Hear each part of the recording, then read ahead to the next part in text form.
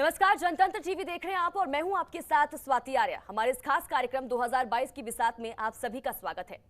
राजनीति में अंबेडकर नगर जिले की पहचान समाजवाद के पुरोधा डॉक्टर राम मनोहर लोहिया की जन्मस्थली के रूप में भी होती है। 29 सितंबर 1995 में तत्कालीन फैजाबाद अब अयोध्या जिले की 5 विधानसभा सीटों को काटकर अंबेडकर नगर जिले का निर्माण हुआ था।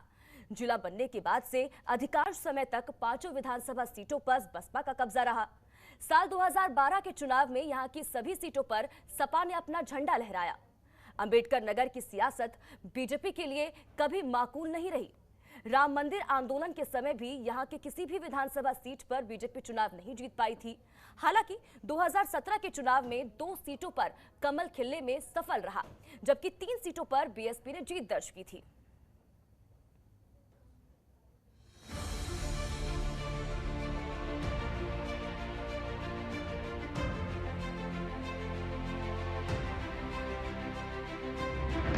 यूपी में अंबेडकर नगर की पहचान कपड़ा बुनाई को लेकर होती है। जिले में बना डोरिया जामदानी कपड़ा देश में ही नहीं बल्कि विदेशों में भी अपनी पहचान बना चुका था। राजनीति में इस जिले की पहचान समाजवाद के पुरोधा डॉक्टर राम मनोहर लोहिया के जन्म स्थली के रूप में भी होती है। 29 सितंबर 1995 में तत्कालीन फैजाबाद अब अयोध्या जिले की 5 विधानसभा सीटों को काटकर अंबेडकर नगर जिले का निर्माण हुआ था। जिला बनने के बाद से अधिकांश समय तक 5 विधानसभा सीटों पर बसपा का कब्जा रहा। साल 2012 के चुनाव में यहां की सभी सीटों पर सपा ने अपना झंडा लहराया। अंबेडकर नगर की सियासत बीजेपी के लिए कभी माकूल नहीं रही। राम मंदिर आंदोलन के समय भी यहां के किसी भी विधानसभा सीट पर बीजेपी चुनाव नहीं जीत पाई थी। हालांकि 2017 के चुनाव में 2 सीटों पर कमल खिलने में सफल रहा, लेकिन 3 सीटों पर बीएसपी ने जीत दर्ज की थी। कटेहरी विधानसभा। अंबेडकर नगर की कटेहरी विधानसभा सीट पर ज्यादातर बसपा और सपा का कब्जा रहा है। कटेहरी विधानसभा में ज्यादा वोट वाले जातीय आंकड़ों की बात की जाए तो इस सीट पर सबसे अधिक दलित मतदाता है। सभी जातियों को मिलाकर तकरीबन 90,000 दलित मतदाता है। मुस्लिम 50,000, ब्राह्मण 44,000 है। लेकिन चुनाव परिणाम की तस्वीर बदलने में संख्या में कम मतों वाले जातीय वोटों की अहम भूमिका होती है। इन तमाम जातीय वोटरों की संख्या लगभग 48,000 के करीब है। टांडा विधानसभा। अंबेडकर नगर के टांडा विधानसभा सीट की पहचान कपड़ा बुनाई को लेकर है। इस सीट पर ज्यादातर बीएसपी नेता लालजी वर्मा का कब्जा रहा और वे 4 बार यहां से विधानसभा पहुंचे। 2012 में लालजी वर्मा द्वारा ये सीट छोड़ने के बाद इस पर सपा का कब्जा हो गया और 2017 में इस सीट पर पहली बार बीजेपी को जीत मिली। आंकड़ों की बात की जाए तो इस सीट पर मुस्लिम मतदाताओं की संख्या सबसे अधिक है, जिनकी संख्या लगभग 1 लाख है। दूसरे नंबर पर दलित वोटर्स हैं। दलित बिरादरी के विभिन्न जातियों के मतों की संख्या तकरीबन 70,000 है। आलापुर विधानसभा। अंबेडकर नगर जिले की आलापुर विधानसभा सुरक्षित सीट है। इस सीट से बसपा सुप्रीमो मायावती भी चुनाव जीत चुकी है। 2007 विधानसभा चुनाव में बसपा के त्रिभुवन दत्त ने यहां से जीत दर्ज की, तो 2012 में सपा के प्रत्याशी भीम प्रसाद सोनकर को जीत मिली। जलालपुर विधानसभा। अंबेडकर नगर जिले की जलालपुर विधानसभा की जातीय आंकड़ों की बात की जाए तो इस सीट पर दलित वोटों की संख्या सबसे अधिक है, तकरीबन 98,000 है। मुस्लिम मतों की संख्या 58,000, यादव 55,000, ब्राह्मण 29,000, ठाकुर 11,000, केवट 22,000 और कुर्मी 16,000 है। इस विधानसभा में तकरीबन 22 जातियां ऐसी हैं जिनके मतों की संख्या तो कम है, लेकिन ये चुनाव का समीकरण यही बदलते हैं। अकबरपुर विधानसभा। अकबरपुर विधानसभा सीट पर ज्यादातर बसपा का कब्जा रहा है। बसपा के पूर्व प्रदेश अध्यक्ष और बसपा सरकार में मंत्री रहे राम अचल राजभर यहाँ कई बार विधायक चुने गए। 2007 में बसपा के राम अचल राजभर तो 2012 में सपा के राम मूर्ति वर्मा विधायक बने। इस सीट पर दलित मतों के साथ कुर्मी, राजभर और ब्राह्मण मतों का प्रभाव है। ब्यूरो रिपोर्ट, जनतंत्र टीवी।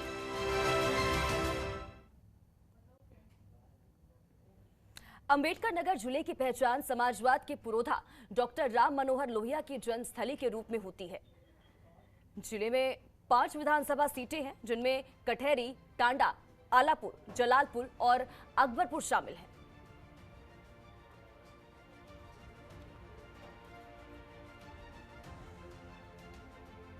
अंबेडकर नगर की सियासत बीजेपी के लिए कभी माकूल नहीं रही। राम मंदिर आंदोलन के समय भी यहां के किसी भी विधानसभा सीट पर बीजेपी चुनाव नहीं जीत पाई थी। हालांकि 2017 के चुनाव में 2 सीटों पर कमल खिलने से सफल रहा, जबकि 3 सीटों पर बीएसपी ने जीत दर्ज की थी। सपा और कांग्रेस का यहां खाता भी नहीं खुला।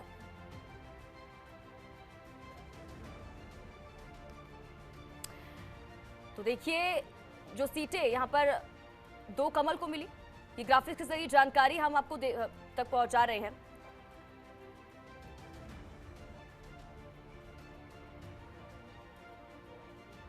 तो देखिए, 2017 विधानसभा के जो नतीजे थे ग्राफिक्स के जरिए हम आप तक पहुंचा रहे हैं। 2017 विधानसभा चुनाव में बीजेपी यहां 2 सीटें जीतने में कामयाब हो सकी थी, तो वहीं 2012 में बीजेपी का यहां खाता भी नहीं खुला, जबकि सपा यहां क्लीन स्वीप करते हुए सभी सीटों पर जीती थी।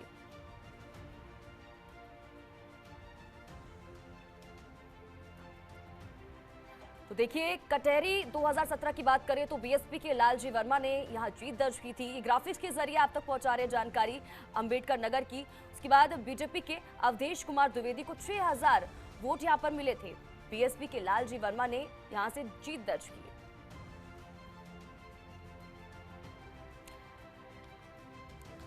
और चलिए अब बात कटहरी की करते हैं। अब वहीं 2017 के विधानसभा चुनाव में मोदी लहर के बावजूद इस सीट पर कमल नहीं खिल सका। यहां से बीएसपी के लालजी वर्मा ने जीत दर्ज की। लालजी वर्मा ने बीजेपी के अवधेश कुमार द्विवेदी को 6238 वोटों से हराया था।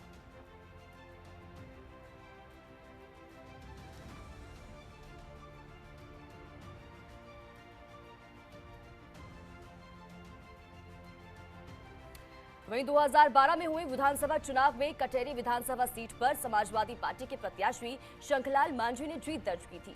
शंखलाल मांझी ने बीएसपी के लालजी वर्मा को 17620 वोटों से शिकस्त दी थी।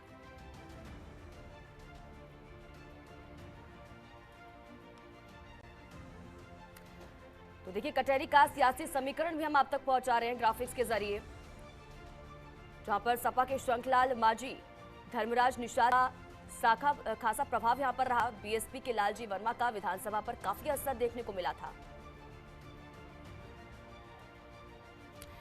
तो अंबेडकर नगर जिले की कटहरी विधानसभा सीट पर ज्यादातर सपा और बसपा का कब्जा रहा। यहां से सपा के शंखलाल मांझी और इसी के साथ ही धर्मराज निषाद, बसपा के लालजी वर्मा जैसे बड़े नेताओं का विधानसभा पर खासा प्रभाव है। वहीं इस विधानसभा सीट पर केवल एक बार कमल खिल सका है, वो भी 1991 में, जब पूरे उत्तर प्रदेश में राम लहर चल रही थी। इसके बाद कटहरी सीट पर 5 बार बसपा ने जीत दर्ज की। कटहरी विधानसभा सीट पर जातिगत आंकड़ों के कारण इस सीट पर सबसे ज्यादा बसपा का कब्जा रहा। इस विधानसभा में दलित मतदाताओं के साथ निषाद और राजभर मतों की संख्या ज्यादा है। इस वजह से बसपा 1993 से लेकर 2017 तक 5 बार चुनाव में जीत दर्ज की। कटहरी विधानसभा सीट पर दलित मतदाताओं की संख्या सबसे ज्यादा है। इस सीट पर 90,000 दलित, 50,000 मुस्लिम तो वहीं 44,000 ब्राह्मण मतदाता है।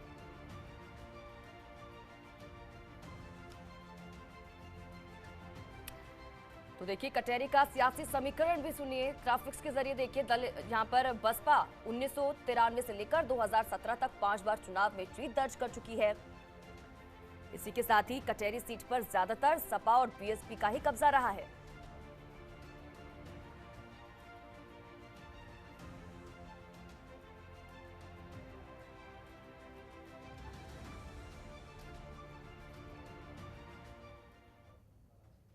अब बात करते हैं टांडा विधानसभा सीट की। 2017 के विधानसभा चुनाव में बीजेपी ने इस सीट पर महिला प्रत्याशी को चुनाव में उतारा। बीजेपी के प्रत्याशी संजू देवी ने इस सीट पर जीत दर्ज की। उन्होंने कड़े मुकाबले में सपा प्रत्याशी अजमुल हक पहलवान को 1725 वोटों से हराया।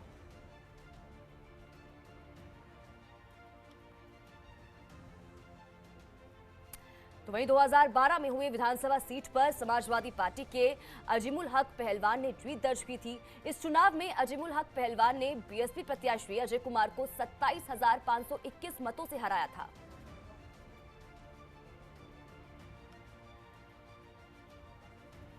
तो अम्बेडकर नगर की टांडा विधानसभा सीट पर बसपा के लालजी वर्मा 4 बार विधायक चुने गए। वहीं सीट का जाति समीकरण बसपा के पक्ष में होने की वजह से यहां ज्यादातर बसपा प्रत्याशी ने जीत दर्ज की। 1991 में राम लहर के दौरान जनता दल से लालजी वर्मा ने पहली बार जीत दर्ज की। इस दौरान प्रदेश की ज्यादातर सीटों पर बीजेपी ने जीत दर्ज की थी। 1993 में इस सीट पर बसपा की मसूद अहमद ने जीत दर्ज की। उन्होंने बीजेपी के प्रत्याशी केशव राम वर्मा को हराया। टांडा विधानसभा सीट पर मुस्लिम मतदाताओं की संख्या सबसे ज्यादा है। इस सीट पर मुस्लिम मतदाता की आबादी 1 लाख के करीब है। तो वहीं दूसरे नंबर पर दलित मतदाता हैं और इनकी संख्या 70,000 है। विधानसभा सीट पर कुल मतदाता 2,74,000 है। तो वहीं पुरुष मतदाता 1,48,000 और अगर महिला मतदाताओं की बात करें तो 1,26,000 है।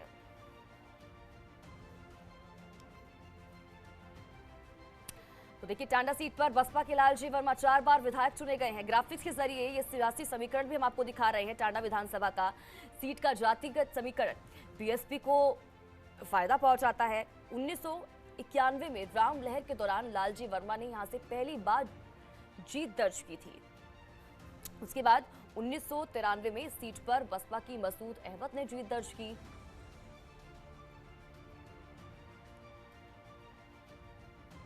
तो देखिए, 2022 की विसात में कौन सी विधानसभा सीट पर क्या सियासी समीकरण बनते हुए दिखाई दे रहे हैं और क्या समीकरण पहले रहे हैं, उसकी जानकारी हम आप तक पहुंचा रहे हैं ग्राफिक्स के जरिए भी कि इससे पहले वहां की सियासी समीकरण क्या कहता था।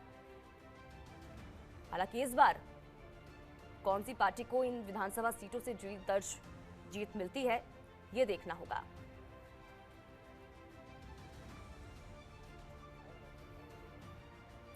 वहीं 2017 के विधानसभा चुनाव में बीजेपी ने इस सीट से महिला प्रत्याशी को चुनाव में उतारा। बीजेपी की अनीता ने समाजवादी पार्टी की संगीता को 12,513 मतों से हराया। इस चुनाव में भाजपा प्रत्याशी को 72,366 वोट मिले। तो वहीं समाजवादी पार्टी की संगीता को 59,853 मत मिले। इस सीट पर इस जीत के साथ बीजेपी का खाता खुला था।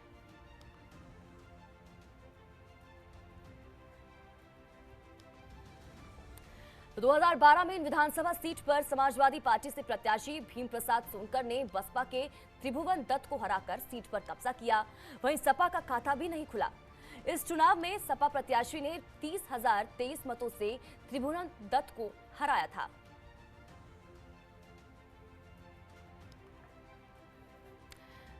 तो वहीं अम्बेडकर नगर जनपद की आलापुर विधानसभा सीट सुरक्षित सीट है। वहीं अम्बेडकर नगर जनपद की लोकसभा सीट से मायावती 3 बार चुनाव जीत चुकी हैं। बसपा की मजबूत पकड़ होने के चलते यहां बसपा प्रत्याशियों की जीत की संभावना सबसे ज्यादा होती है। आलापुर विधानसभा सीट का गठन 2008 के परिसीमन के बाद हुआ। इस विधानसभा सीट पर अब तक केवल 2 विधानसभा चुनाव हुए हैं। इस सीट पर दलित वोटों के साथ साथ यादव मतों की संख्या सबसे ज्यादा है, जिसके कारण यहां पर बसपा का बोलबाला रहा है। सीट पर कुल मतदाता 2,84,000 है। वहीं पुरुष मतदाताओं की संख्या 1,55,000 है। तो वहीं महिला मतदाताओं की बात करें तो 1,29,000 है।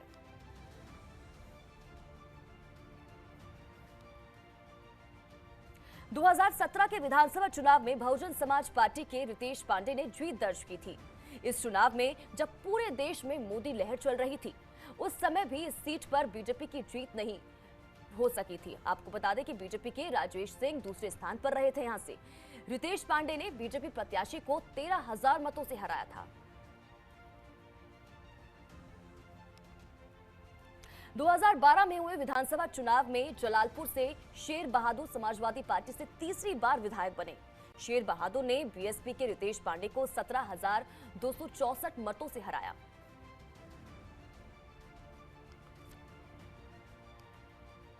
वहीं जलालपुर विधानसभा सीट बीएसपी के लिए एक मजबूत सीट मानी जाती रही है।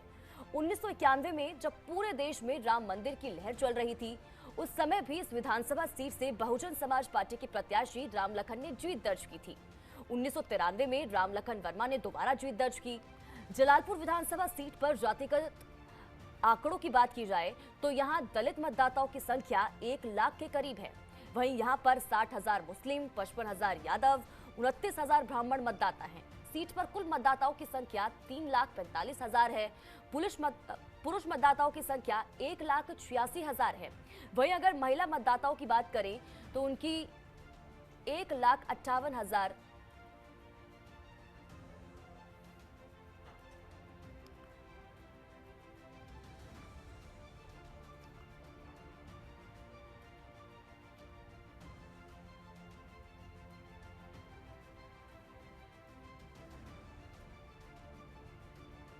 और अब बात करते हैं अकबरपुर विधानसभा सीट की। 2017 के चुनाव में बीएसपी के टिकट पर राम अचल राजभर मैदान में उतरे और 5वीं बार विधायक बने। उन्होंने समाजवादी पार्टी के राममूर्ति वर्मा को 14,000 मतों से हराया था। इस सीट पर राम अचल राजभर का खासा प्रभाव रहा है, जिसके चलते वो 5 बार विधानसभा तक पहुंच पाए।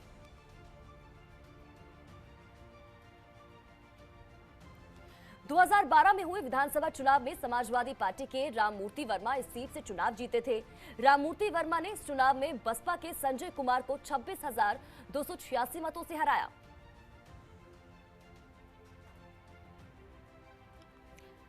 उन्नीस 1980 में सीट पर कांग्रेसी प्रियदर्शी जेटली ने जीत दर्ज की थी। 1985 में इस सीट पर सीपीएम के अकबर हुसैन बाबर ने कांग्रेस से ये सीट छीन ली और विधायक बने। 1989 में सीपीएम से अकबर हुसैन बाबर दूसरी बार जीतकर विधानसभा पहुंचे। 1991 में शिवसेना के प्रत्याशी के रूप में पवन कुमार पांडे ने इस सीट से जीत दर्ज की थी। 1993 में इस सीट से बहुजन समाज पार्टी का खाता खुला। राम अचल राजभर ने बसपा को पहली जीत दिलाई। इसके बाद 1996 में राम अचल राजभर दूसरी बार निर्वाचित हुए। इस विधानसभा सीट पर सबसे ज्यादा दलित मतदाताओं की संख्या है, तो वहीं दूसरे नंबर पर कुर्मी, राजभर और ब्राह्मण मतों की संख्या है। हालांकि इस सीट पर ब्राह्मण मतदाता जीत में निर्णायक भूमिका निभाते रहे हैं। विधानसभा सीट पर कुल मतदाता 2,68,000 है, तो वहीं पुरुष मतदाताओं की संख्या 1,45,000 है। महिला वोटरों की संख्या 1,000 है। तो देखिए, अकबरपुर का सियासी समीकरण हम आप तक पहुंचा रहे हैं। 1980 में सीट पर कांग्रेस की प्रियदर्शी जेटली ने जीत दर्ज की थी। इसके बाद 1985 में सीट पर सीपीएम के अकबर हुसैन बाबर ने जीत दर्ज की। 1989 में सीपीएम से ही अकबर हुसैन बाबर दूसरी बार यहां से विधानसभा पहुंचे थे। 1993 में सीट से बहुजन समाज पार्टी का खाता खुला था। इसके बाद राम अचल राजभर ने बसपा को यहां से पहली जीत दिलाई थी।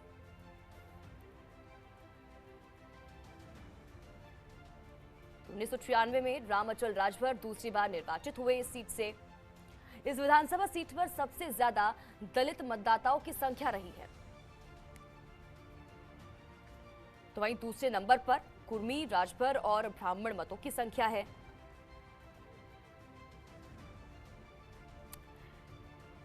तो सीट पर ब्राह्मण मतदाता भी जीत में निर्णायक भूमिका निभाते रहे हैं।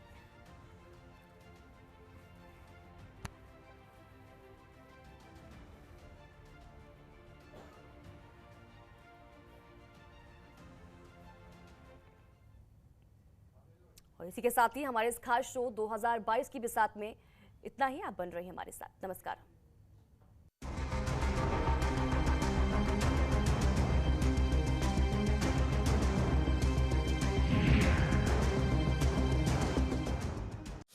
खबरों के निष्पक्ष विश्लेषण के लिए सब्सक्राइब करें Jantantra TV and press the bell icon. Never miss any update.